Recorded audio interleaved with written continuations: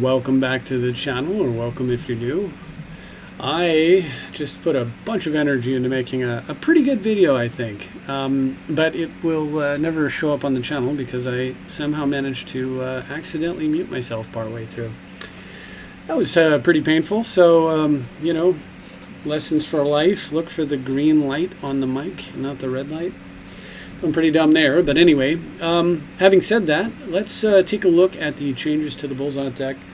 And I'm not going to be as verbose as I was in the last attempt at making this video, but let's go ahead and cover the main points. So one of the first things that you might notice, I don't remember if this was in the last video, Hatred is a new addition to the deck. Pay X life, give a creature plus X plus 0. It's a ridiculous card that takes advantage of the fact we're in a 40 life format.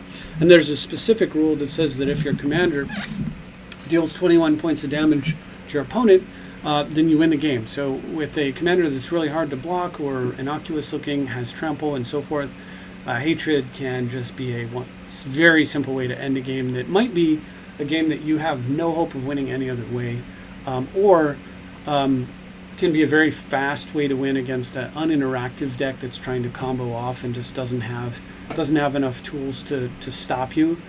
So it's really in there primarily for those decks, but you can steal a few wins there. And I don't love the card, but as long as Thassa's Oracle's unbanned, I'm going to play cards like Hatred, and I'm not going to look back. I think Thassa's Oracle needs to be banned desperately. I think Hatred and Ad Nauseam both should be banned, but conversation for another time. Anyway, changes from the new Lord of the Rings set is that we've added replaced Graven Cairns with Mount Doom. One thing I'll point out with Mount Doom is that this last ability, there are legendary artifacts in this deck, and occasionally you have to leverage this 5, 6, 7 mana and sack Mount Doom and sack a legendary artifact like your Umezawa's Jitte or your Mox Opal or whatever. But if you have to do that, you can destroy all creatures in play, you Wrath of God, and then, but if you have up to 2 creatures you want to save, you can do that also. So it will occasionally be just a Wrath of God that, it'll just be a Wrath of God that you can play at instant speed that can't be countered reasonably easy. You can do it at the end of your opponent's turn or whatever. And it can be a way to save you in a pinch. For the most part, we're not using it. We're certainly not using that second ability unless the opponent's basically at 1 minute life, which is almost never. So anyway, great card though. Anyway, because it functions much like a Sulphurous Springs. Very, very, very similar. So it's a shame this isn't 1 damage to target. It would have made this more. I think it would have been more flavorful, honestly, but certainly would have been more of a utility. I mean, they could have just left this middle part off, and the card would have been perfectly fine because, for all intents and purposes, the middle part is not on the card. Anyway, so that is one new addition to the deck. Another is the addition of Call of the Ring. This card, of all the ring cards that you could be playing, this card is fantastic. You'd think that the One Ring would be the card that makes the cut, and it's possible it will. Currently, it's like $60 to $90 online. I'm not buying it for that much. I don't feel like the card needs to be in the deck. I already did spend more than I wanted to for one of the cards that's in the deck from the set, and I'll point that out in a moment. But Call of the Ring here is amazing, and I would explain it, but I promise you will see it in the games we're about to play. The only thing I'm going to do is show you that, first of all, I will cover a couple of points. One, the ring tempts you at the beginning of your upkeep, and whenever you choose a creature as your ring bearer, you make 2 life, and if you do, draw a card. So you don't have to pay the life to draw the card, so that's a nice thing about this card. Secondly, you can target a ring bearer who's already a ring bearer, and you can also change which of your creatures is your ring bearer. So it's just like every upkeep, if you have a creature, ring bearer or not, you may activate that effect to reassign the ring bearer potentially to the same creature and pay 2 life and draw a card. So that's why we're playing it, because we have a very cheap creature we can put out that we can constantly reassign as the ring bearer and basically draw 2 cards per turn. But then also the ring tempts you. Here's what it does. Take an opportunity, if you like, to pause the video and take a look. But basically, the first time the ring tempts you, you check this first ability off, and that ability is now part of your ring bearer, whichever ring bearer you've assigned. The second time the ring tempts you, you check this ability off, and both abilities are now assigned to whichever creature is your ring bearer, and so on and so on. So you get down to the last one, and then once all 4 of them are active, like you're fully tempted, nothing changes. You just keep getting tempted and drawing more cards off of. You just keep reassigning your ring bearer, and the ring just keeps calling you, which is what, like I said, it's in there for primarily. But it does make creatures unblockable with power by anything with greater power, and we have a lot of 0 power creatures, so basically unblockable, and that's pretty good when you're running Hatred. So that is something to consider as well. Finally, added Deadly Dispute. This is from Adventures in Forgotten Realms. So as an additional cost to cast this, which means if it's countered, you don't get the thing that you sacrifice, but as an additional cost to cast this, you sacrifice an artifact or creature. Which means that you can get rid of like a tapped Mana Vault or a crypt that's giving you problems, or you can Liquimetal Torque and turn on your black market connections, make it an artifact, and then sacrifice it if you need to for some reason, or whatever, you know, get out from under a Necro Lock or whatever. So there's some tricksy stuff you can do with it, but mostly what we have it in there for is pretty much to get rid of used Mana Vaults so that we can later replay them off of Yawgmoth's Will.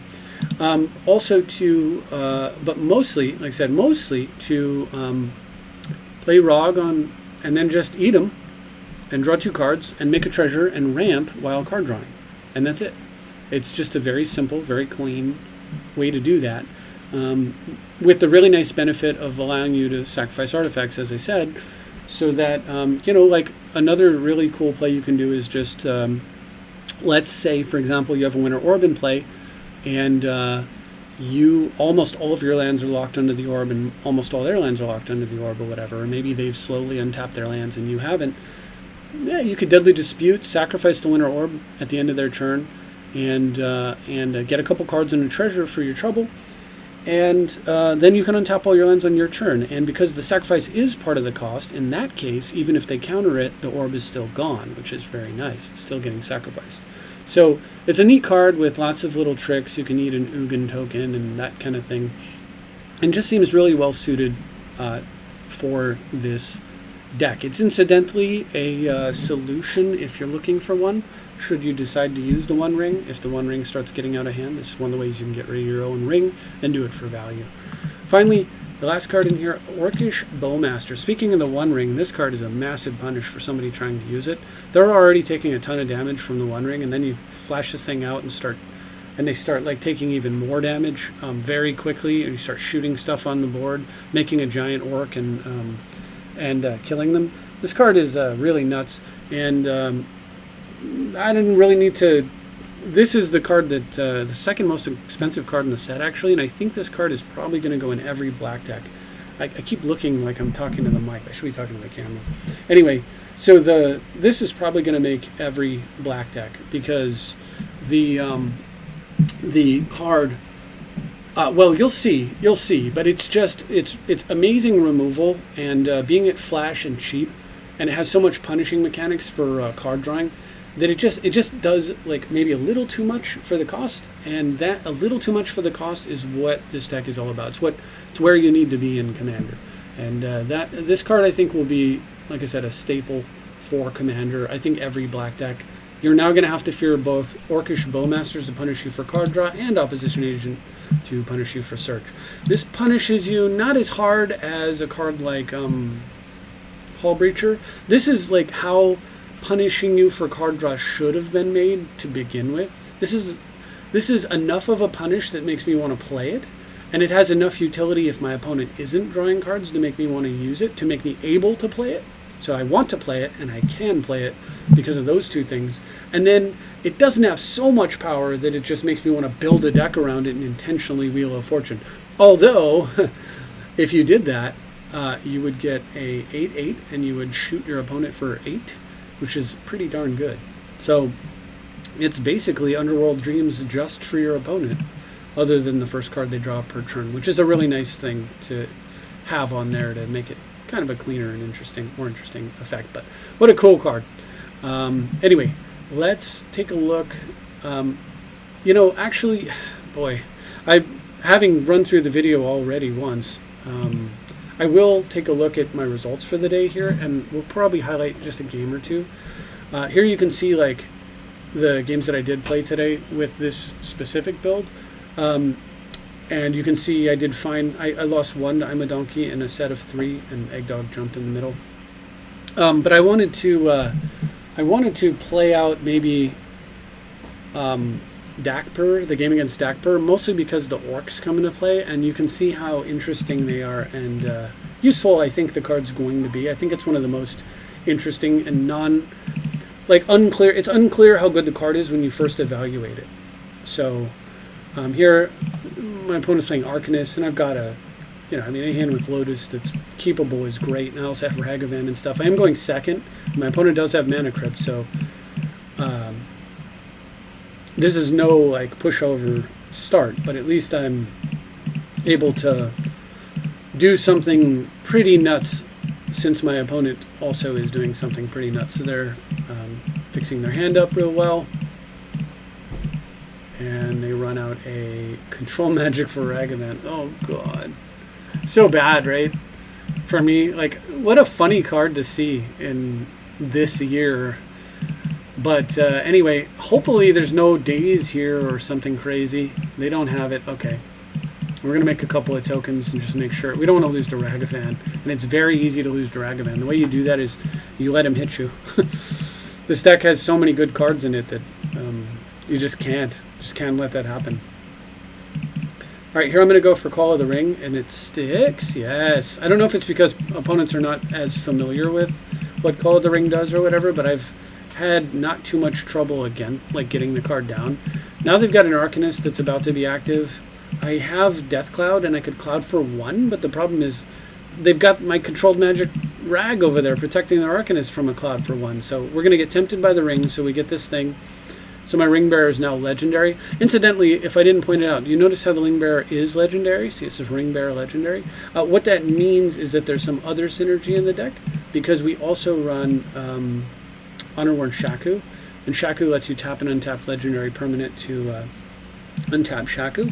So ideally, you don't want to go out of your way to do it, but sometimes it does make more sense to try to make a Thrall the Ring Bearer, so you can eat the Rog and draw 3 instead of 2, but also because becoming a legend when you're not could be good. Like if you draw a Shaku here, then we can tap Rog for mana and the Thrall for mana, and then we can do something else with this token. So anyway, well, I'm looking for fast mana so that I can Cloud for 2. Like that's the answer here, right? I don't see it. I don't see it. I've drawn 2 cards, 3, 4, 5 cards this turn so far. And I could attack with the Ring Bearer, but I'm not on the second ability. So the first one says it can't be blocked. The second one says that you can use it like a Merfolk Looter. So I can't loot here. So instead what I'm going to do is I'm just going to develop and replay Rog. I'm not that far away from ultimating Tevesh, and that could be an answer to Arcanist. Although Arcanist can return himself to his hand, and that's a safe... The hand is a place that's safe from Tevish's ultimate. Alright, so we're going to jump here, keep my Ring Bearer and my Rog Bearer. Alright, so now we'll draw and tick up. I draw a Demonic Tutor here, and this informs my turn. So I decide I'm going to DT, and here are the options. I would like you to take a look and see what you think you should get here. I'm not saying that what I got is necessarily the best choice or anything, but it worked out for me. So let's see if you give yourself an idea of what you might get that you would want to work out. And then I will, hopefully you've paused and thought about it. I will proceed. Orcish Bowmasters. That's right. I decided I'm going to get the Orcs. And the reason I don't get a card like Thoughtseize or whatever is that I'm concerned about free counter magic. Free negate counter magic, which is frequently what you see in decks like that. I mean, the mono blue decks run more negates than anything, so the Orc might be a little bit safer from counter magic here. So my opponent activates Arcanist. So in response, I'm going to try to land an Orc, and it sticks. Oh, baby. So first thing that happens, it comes into play, we make a 1-1, and we get to ping. So we're going to ping Arcanist and make a 1-1, and then my opponent draws 3 and triggers the Bowmasters 3 times, and we're going to ping, ping, ping, Now the army is growing from a 1-1 to a 2-2 to a 3-3 to a 4-4. And for some reason my opponent does not pick up Arcanist there. I actually don't know why they did that. But I'm more than happy with the results. Alright. Instep. Act like they're going to do something. I figured maybe that was the reason. They have like an end of turn stroke of genius or something. Nope. Alright, so upkeep. I wish I had 4 mana, but I have 3, so I figure, you know, I don't really have a lot to do with it. Let's go ahead and just port them now. I figure they'll play an instant response, but it still gives them less mana during their main phase. Well, I don't know why my opponent's struggling with the mana crypt over there. They do have a response, and it's Mystical Tutor. Uh-oh. For Rift. Oh gosh, if I had 1 more mana untapped and they Rift, I'd just flash it down and kill the Ragavan, the orcs. But now, oh gosh, does my opponent have a land in their 7? In their 6, rather? 6 plus 1? They do not. No land. Oh, that's so good. So they hold a Rift. I faded the Rift for a turn. Now we got to see what's going to happen. Of course, I can't send him with Rag. Rag's days are mostly over. All right, there's a Nauseam. Not super helpful. I'm going to go for a small Mind Twist. Just to try to get some of my opponent's mana tapped or take away their options. I mean, if they let it hit them, maybe I take the Rift. Opponent has Unwind, Counterspell, and untap 3 non-creature spell, untap 3 lands. So it's very possible this was a counter they had, and that's why the Orcish Bowmaster was not interfered with. And it was like, thank goodness I got that, and not something, excuse me, not something that would, like a spell that would have tried to kill their commander. All right. I'm digging. I'm not going to play their commander here because if I put their commander into play, then the Rift just gets me. I'm looking for like a duress or something. I find nothing. And then the game unfortunately bugs out. But the bottom line, so my opponent concedes here shortly. What ends up happening here is that I leave 2 mana up, and my opponent can never, he can Rift, but I just recast Bowmasters if he does. And the Orc blocks Ragavan, and then the Bowmaster will make more Orcs later if I need them. And so then I just redump my hand. So they Rift. I actually leave 4 mana up here and port them during upkeep. They Rift, and then they don't attack in because they can't. I flash out the Bowmaster end of turn, and on my turn I untap. I play Ugin, and then play 0-cost Arcane Signet, 0-cost Liquid Metal Torque, 3 mana Gilded Lotus, and then I use the Gilded Lotus mana to Yogg Will, I think. I think I Yogg Will and go get, and then replay the Lotus, replay a land, replay Demonic Tutor, and then tutor for a 0-cost Winter Orb, and then my opponent concedes. I believe that's what was going down here, but we'll never know because the game bugged out. But I thought you might enjoy that. You got to see one of the new cards in action. A very cool one. I think this card's going to be awesome. All the cards are really fun to play. Call of the Ring, insane. As you saw there, just 2 mana Phyrexian Arena, basically. Awesome, with upside that you can stop using when you don't want to. The only risk, of course, is if you have no creature. One other thing I'll point out with Call of the Ring before we go is that if the opponent has, if you have Call of the Ring out, and let's say you have Call of the Ring and Rogue Ra, and my opponent, say they go, oh, I don't want you to have the Ring Bearer and draw a card, so they go like land, Lightning Vulture Rog, whatever, right?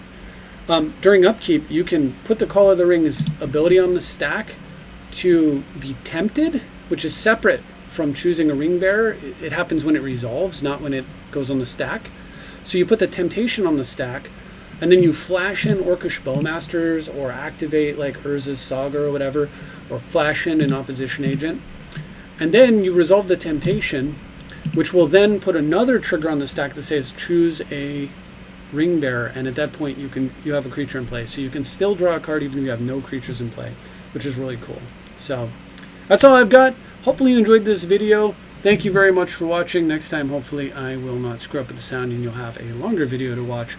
But hopefully this was entertaining. I might go back and revisit those 3 games with I'm a Donkey because they were good games and interesting games.